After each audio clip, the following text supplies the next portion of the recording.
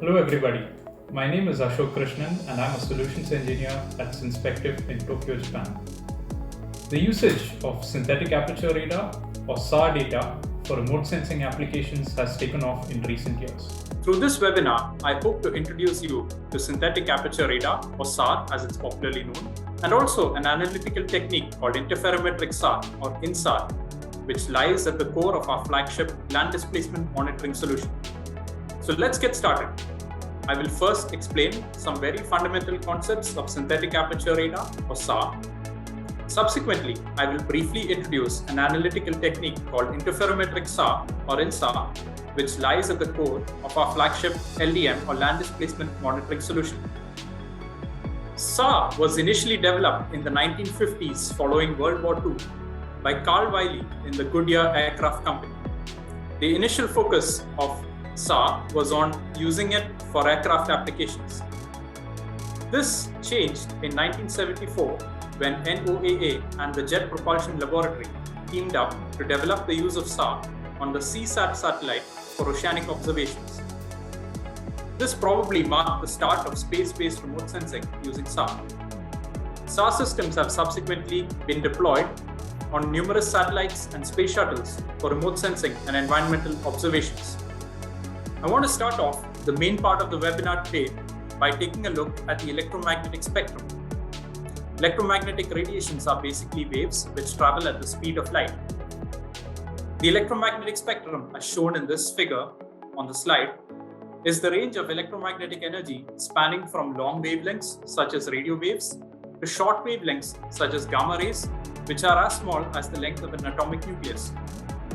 As you might be able to see on the slide, visible light represents only a small part of the electromagnetic spectrum.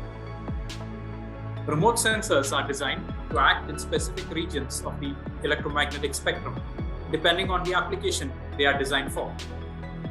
Microwave sensors operate in the frequency range highlighted by the red box on the slide. This frequency range, as you can see, is much lower than optical or infrared sensors. The wavelength of visible light is about 300 to 700 nanometers, while the wavelength of microwaves is about 0.3 to 40 centimeters. This huge disparity in the wavelengths results in the Earth's features appearing differently in the microwave and optical ranges of the electromagnetic spectrum. The major advantage of observing the Earth's surface within the microwave range is that microwave sensors can operate under all weather conditions. Optical satellites, which operate in the visible region of the electromagnetic spectrum, are dependent on the availability of sunlight and clear weather conditions. So some of you might be wondering how SAR satellites fit into the picture. Well, essentially, SAR satellites are microwave remote sensing systems. So a radar is an acronym for radio detection and ranging. A radar system consists of a transmitter, a receiver, and other electronic and radio frequency or RF components. A radar system essentially radiates signals into space and detects or measures the echo reflected from the object. A SAR satellite transmits microwaves to the Earth's surface, and the signals reflected back from the Earth's surface are measured. The signal reflected back from the Earth's surface is also called a backscattered signal. The transmitter, as shown on the top right of the slide, generates successive short bursts of pulses of microwaves at regular intervals, which are focused by the antenna into a beam, and the beam illuminates the surface obliquely at a right angle to the motion of the platform, as seen in the two images on the slide. The antenna receives a portion of the transmitted energy reflected, also called a backscatter, from various objects within the illuminated beam. By measuring the delay between the transmission of a pulse and the reception of the backscattered echo from different targets, their distance from the radar and therefore their location can be determined. A down-looking radar, such as the one shown on the bottom right of this slide, would not be able to differentiate between 2 points A and B. The transmitted signal from the radar system reaches points A and B at the same time and returns at the same time, as a result of which they cannot be differentiated. In contrast, SAR satellites are side-looking, as shown on the image in the left of this slide. The time taken to reach point A and the time taken to reach point B are different, as a result of which they can be resolved. SAR images are two-dimensional. As the sensor platform moves forward, recording and processing of the backscattered signals builds up a two-dimensional image of the surface. The first dimension, called the azimuth, is parallel to the direction of the spacecraft motion. The second dimension, called the range, is perpendicular to the direction of the spacecraft motion, as shown on this figure. Any 2 points in the range direction can be distinguished based on the time of reception of the received signal. The resolution of the radar in the along track, which as I mentioned earlier is the azimuth direction, and the across track or the range is defined by independent parameters. The range resolution is dependent on the length of the pulse, which I showed on the previous slide. The azimuth resolution is determined by the beam width, which in turn is inversely proportional to the antenna length. The antenna length is actually known as the aperture. A longer antenna therefore produces a narrower beam and a much finer resolution. In space, it is difficult to have long antennas.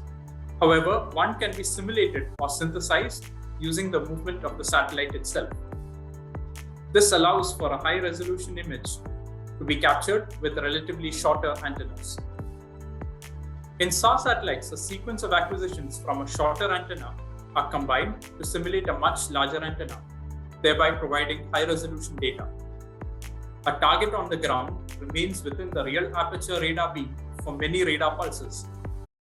Adding up the reflections from all these pulses appropriately allows a large antenna with a much narrower beam width to be synthesized, thereby resulting in a much better spatial resolution in the azimuth direction.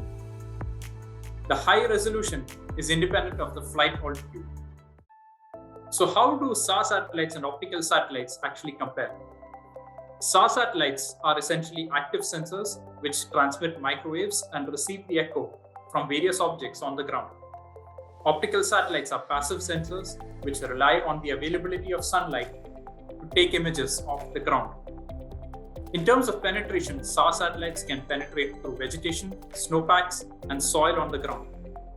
Optical satellites only see the top of the medium. SAR satellites are sensitive to the dielectric properties and structures. In terms of disadvantages, SAR images are rather difficult to interpret. SAR images also suffer from speckling effects which make the images look grainy, similar to the salt and pepper effect seen in the image on the right of the slide. Topography also introduces a lot of distortions in SAR images. However, there are image processing tools which are available to deal with these issues. And here at Synspective, we have a world-class team of radar engineers who are vastly experienced in processing SAR images. On the whole, it can be safely said that SAR satellites enjoy numerous advantages over optical satellites. So this is an image from Synspective's own Strex Alpha satellite showing the Suez Canal obstruction incident in March of last year. This image was acquired during the night of 28th of March, 2021. So this example actually showcases the ability of SAR satellites to operate under any weather conditions at any time of the day or night.